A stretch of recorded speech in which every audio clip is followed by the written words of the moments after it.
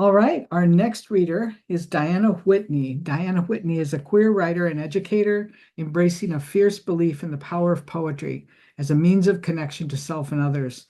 She is the editor of the best-selling anthology, You Don't Have to Be Everything, Poems for Girls Becoming Themselves, which won the Claudia Lewis Award. She's also author of three full-length poetry collections, Wanting It, Dark Beds, and a new one that's forthcoming in April, Girl Trouble from Cobb and Carey Press. She's a quintuple Gemini, and I don't know what that means, but maybe you'll tell us. She writes across genres and leads writing workshops for students of all ages. Her essays, poems, and book reviews have appeared in the New York Times, the Kenyon Review, the San Francisco Chronicle, Electric Literature, and many other outlets. She's an advocate for survivors of sexual violence in her Vermont hometown and beyond. Diana works as a developmental editor and a community organizer for a rural LGBTQ plus nonprofit. And I'll be putting links to her work and to her website in the chat. Welcome, Diana, and thank you for being here. Thank you so much, Judy. Thank you, everyone. Valerie, thanks for those poems. That was so much fun and also just full of surprises. I am also a tarot person and a ghost person, so I might change my reading plan to weave in a little tarot and ghost energy. So I'm going to read from my new book, Girl Trouble. This is really one of the first readings I've done from this book, and I'm really excited to share these poems, some of these poems with you tonight. Um, just before we start, I'm just going to give a care warning that some of the poems are about sexual violence, surviving it, healing from it. So take care of yourself. If you need to take breaks or leave, please do that. And yeah, I'm going to start with the first poem in the book. And yeah, also I love how Valerie, how you write about pop culture and TV. And this one is a homage to what I consider an iconic movie, Thelma and Louise. So this is watching Thelma and Louise during lockdown with my daughters. Do they get caught? C asks, wanting to know the end from the beginning. Do they make it to Mexico? Do they go to jail? Do they get shot by cops and cruisers and choppers? Just wait, I say. I've already messed up. I forgot the scene in the parking lot, the predator at the honky-tonk bar slapping Thelma in the face, shoving her belly down on the hood of his truck, the click of his belt unbuckling. It was 1991. I hadn't been raped yet. I kept the thrill of the open road, Brad Pitt strutting in cowboy jeans, Louise fierce and bold in her gritty bandana blowing up an 18-wheeler. Now that was power, I thought back then. Do they make it? C asks again. She says the women are stupid. They should switch cars, hop a train, stop calling home to Arkansas. She is sure she could survive if given the chance. A is quiet. Oh, I know, she breathes softly as they near the Grand Canyon. At the end, the green car floats above the earth. Tears trace my cheeks, and I take the girls' hands. Thelma and Louise are holding hands too. This is the only way, I try to explain. They have no choice, not in this world. It's the movies, after all. The Thunderbirds suspended forever in Arizona sky, a magic feminist ride to the afterlife, while we're stuck here on the ground, on the couch, in the house, where it's dark, dark, dark all around, the future pressed hard against the windows. So I thought I would sort of mix up a little bit of lightness. So I'm going to follow that first poem in the book with part of this project for me was reimagining my own adolescence, my own coming of age, and kind of getting a chance to have a do-over and rewrite middle school, or we called it junior high back then, and high school. And this was as I was, raising preteen, teen daughters and having that kind of excavating layers of my own experience through seeing them. So I kind of had fun with this project of rewriting and revisiting. So this poem is called My Seventh Grade Self Sends Nudes to Nate Griffin. Given the chance, I would have done it. I craved the bad kind of attention. Miss Ames summoned me in honors English, asked if I knew I was sitting with my legs spread. Oh no, I lied, hot with shame, though I'd parted them deliberately. Denim mini, no tights, a peak of white panty across the horseshoe. There he was, slumped at his desk, oblivious and self-contained in a sage green hoodie, eyes glazed at the discussion of Ethan Frome. What would it take to reach him? Life was boring as a burnt bagel, and it wasn't even lunch. If I lit the match of my body, would he wake up? When the screen hums at midnight, I'm ready. Send me a pic. In the vanity mirror, I curate the lighting, unsnap my push-up, shake out my mane, slick my Bonnie Bell gloss pout, meet my own gaze. Hip jet, fingertip on the phone, no glimpse toward the arc of the future, no thought of JPEG longevity, no hunch of viral girl devastation. Why don't you kill yourself now, slut, whore? No one can stop the path of this hurricane. Give me an A+ in English. Watch me ruin my name. So I'll take it back now, if that was seventh grade. And that's funny. That poem wasn't as much rewriting as actually trying to have a little empathy for the Gen Z generation, the digital natives, and trying to imagine myself in that position. So, so this is fourth grade, and I don't know if in your childhood you had a book that was talismanic, but for me it was this big illustrated book of Greek myths called D'Ailaire's Book of Greek Myths, and I read it obsessively and memorized it, including all the photos. So it made its way into this poem. After school with D'Ailaire's Book of Greek Myths. Kathy, do you remember how we sat side by side at your mother's vanity and studied the girl masks twinned in the mirror?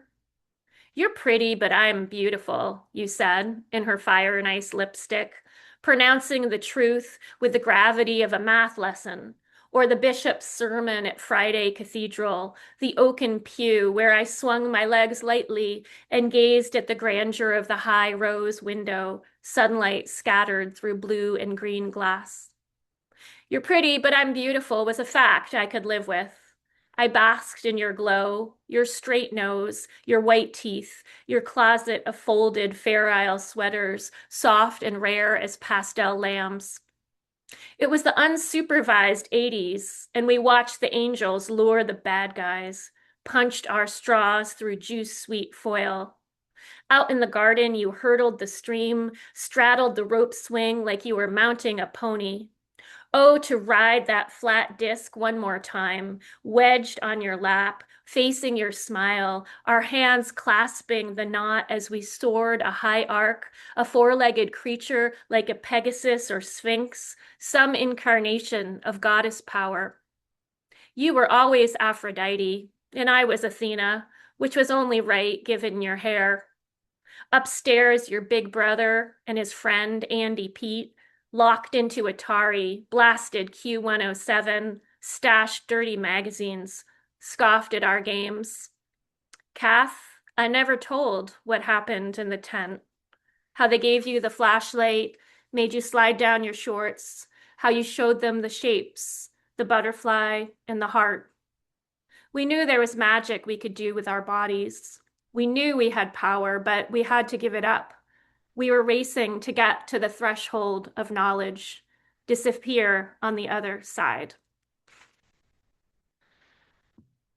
So the book is in four sections, and I was just reading from the earlier kind of younger poems from the first section, which is called Troubled and Troubling, kind of a play on the book's title and the different ways that girls are both considered trouble and are troubling to others, and how they make trouble. There's kind of infinite variations. Um, but I'm going to move forward into the second section. It's called Cross Me Twice. And things get a little more heated. So this is a college poem. Take it back. I take back the black velvet halter at the fall formal, crimson lipstick and pearls on loan from a faux friend. Take back the deception of email exchange, cryptic philosophy chats in the dorm. I take back the prophet on Valentine's Day, slim gift misread as a sign of respect. I take back the Doors and your lust for Jim Morrison, the ticking of the tape deck on auto reverse, my pathetic waiting up in flower pajamas, the casual offer to stop by after the party. And I take back the key, my roommate's key, heavy in my hand, hammered bronze, it seemed, that old metal burning my palm with a cold fire until I pinned it in the lock and we slipped inside her empty single. The door shut with a click, sealing my fate. I did not choose what happened next, but I chose the site of the infraction. No court on earth would rule in my favor. So I take back the key and the book and the dress. Will you take back the night and the rest and the rest? I think I'll lighten it up again. um, the next poem, it was actually one that almost didn't make it into the book, but I wanted to have something that was both maybe a little lighter in some way, and also kind of address the culture war, which happens right here on my block, on my dirt road in Vermont. So this is a summer solstice poem, and it's called Zenith. All night, a moony haze floats in the bedroom window. Barefoot on damp grass, I commune with crickets, peepers, 1,000 frogs trilling. It's June. Why aren't you happy? Dark treetops loaded with fireflies, some ancient magic that won't be caught. By day, I'm hip deep in meadow grasses.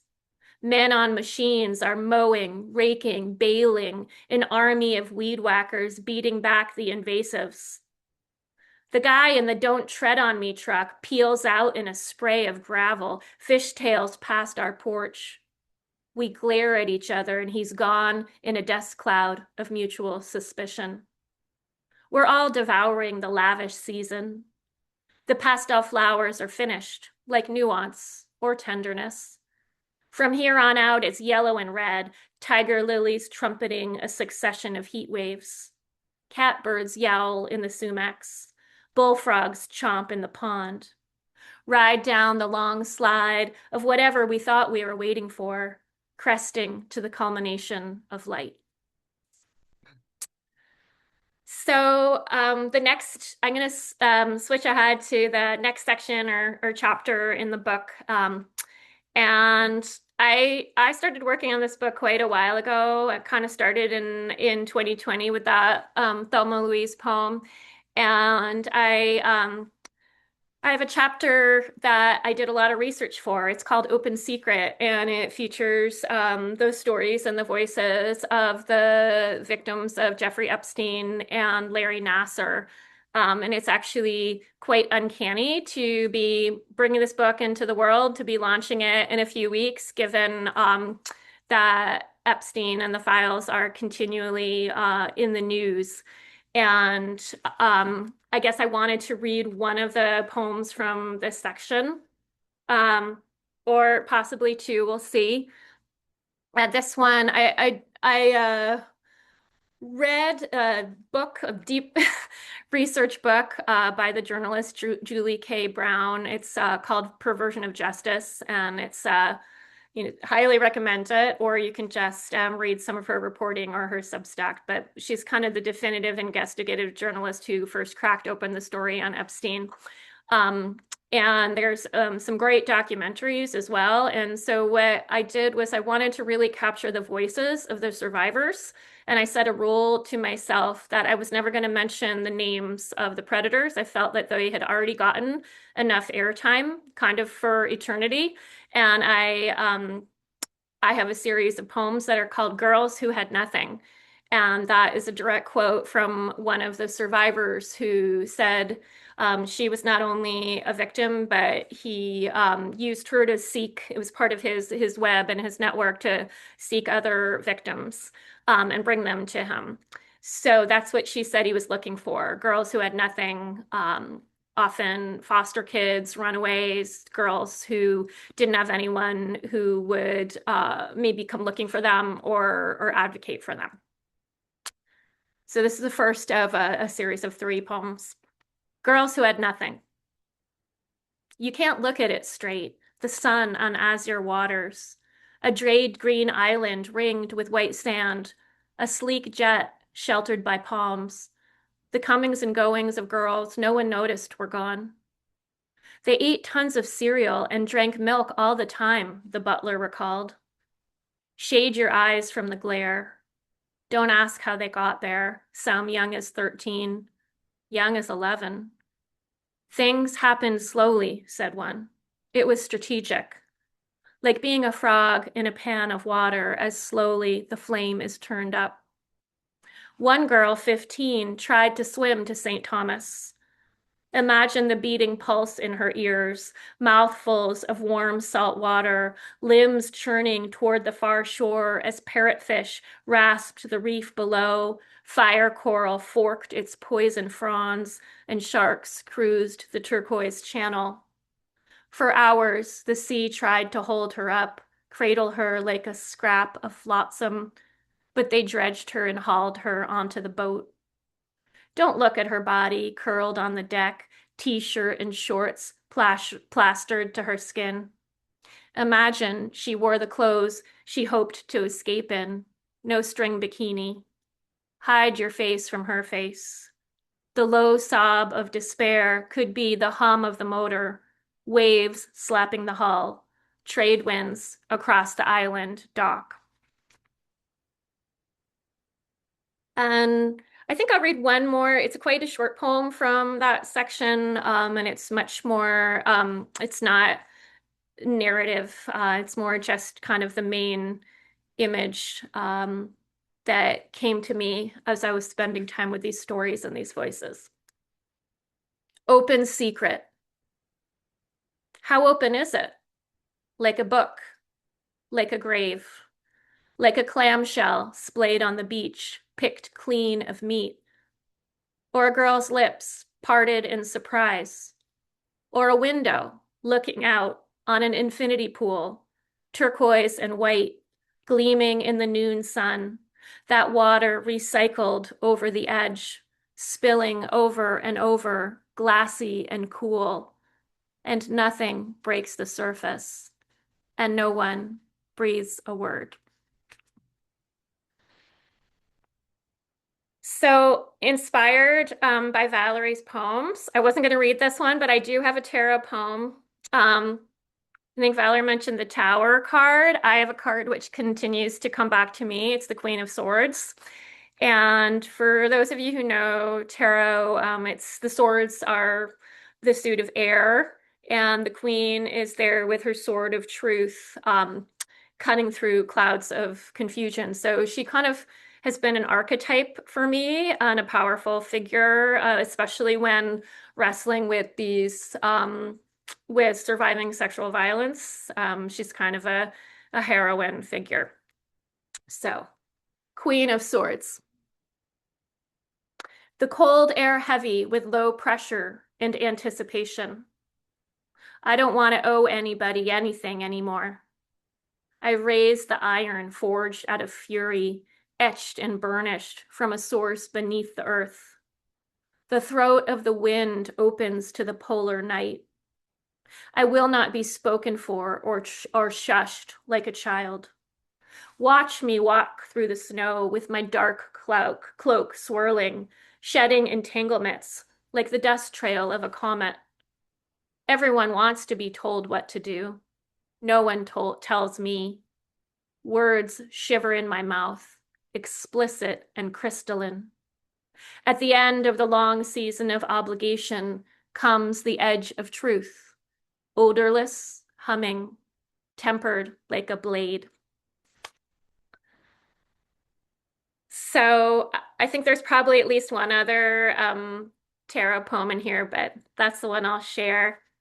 Um, so yeah, actually, you know what? I do have a ghost poem. So in kind of keeping of the theme that Valerie started, I will read this. And I actually haven't ever read this one aloud before, so bear with me.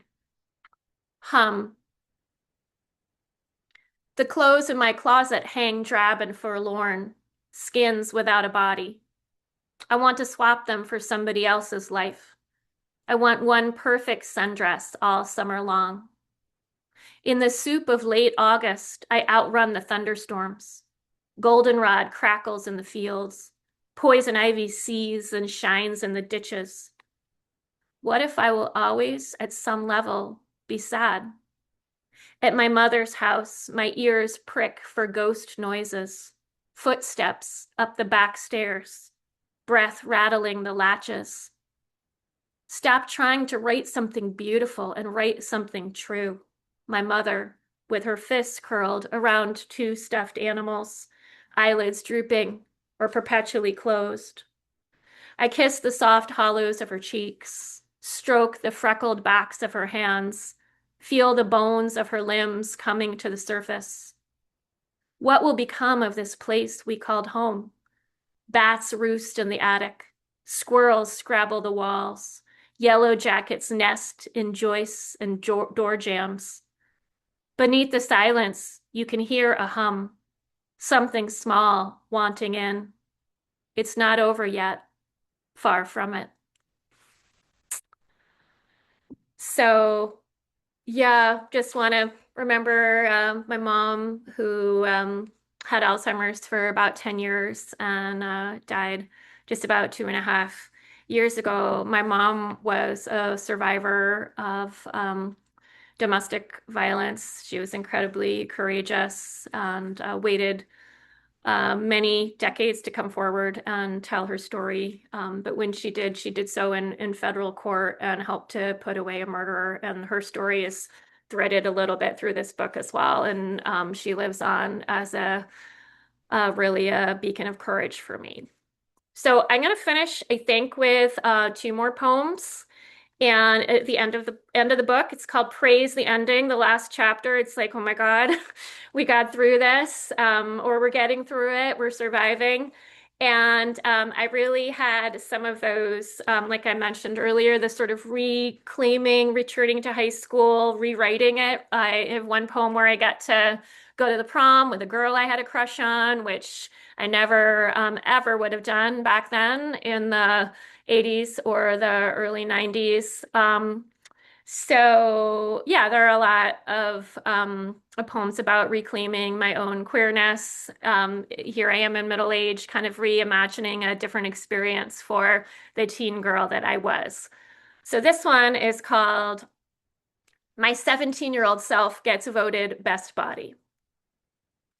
And what girl wouldn't want to pose in white jeans outside the cafeteria, head tilted coyly, beside the hottest soccer jock, toned legs, tight waist, glorious breasts, all your assets laid out and lauded in the newspaper, senior superlatives, the only issue everyone read. Invisible at the nerd herd table, I would have settled for best eyes, best hair, even best dressed, and it stung I was never a contender in the high court of high school. But my remembered body is Amazonian, state champion in javelin and hurdles, bronzed as Elle Macpherson in the Seychelles at a Sports Illustrated swimsuit shoot. No one can touch me unless I say so. They part like water when I walk down the halls, stop their whispered gossip at the lockers. I stride by like Wonder Woman in a rainbow bikini and thigh-high battle boots, deflecting stares with bulletproof wrist gauntlets, blowing kisses to the popular girls. Glitter on my cheeks, I raise a torch to burn the hate and slurs off the bathroom stalls, lead the loners on a walkout through the double glass doors. Here is my glory, these long femur bones, these two strong hands, this shapely skull containing 3 pounds of brain tissue, this live beating heart like a deep sea creature no one will ever classify. Yeah, trying to imagine when we say best body, what if it meant our bones and our organs and our brain and our heart? So I'm gonna finish with I think another little bit pop culture-y poem. This one is kind of an ode to one of my daughters, and it's called Praise Poem for 8th grade graduation. Praise her blue sports bra in the sun, the icy water that receives her body plunging off rock ledge into a lucid stream-fed pool. Praise the earbuds that got her through rhythms of Drake and Lana Del Rey drowning out the world.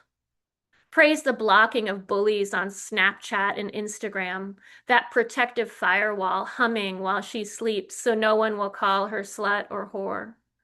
Praise the TikTok guy who makes elaborate gourmet meals for his dog, sliced raw beef, quail's egg, flaxseed, and salmon fin.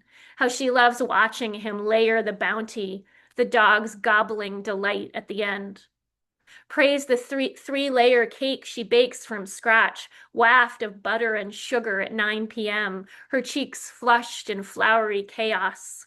Get out of the kitchen. I will.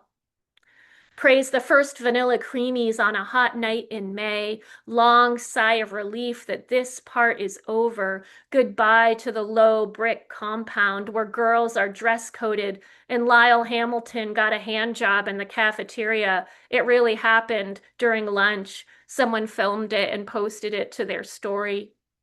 The counselor said, "The best thing about middle school is that it ends." Praise the ending. Praise the green 10 speed, her wind whipped freedom soaring downhill to meet a friend at the preschool playground where they once built snow forts, drove dump trucks through sand. Praise the days, the weeks of waiting, and the small swing she sits on now, high tops scuffing wood chips, talking about astrology. Praise her tears when she rolls home in twilight, panting alive and heady with memory. I'm growing up, going to high school, and the half hug she permits me, her broad shoulders damp with sweat. Thank you so much. Thank you so much, Diana. Wonderful, wonderful poems. And I can't believe you were able to locate poems quickly and get some of the same themes going that were in Valerie's poems. That was truly great.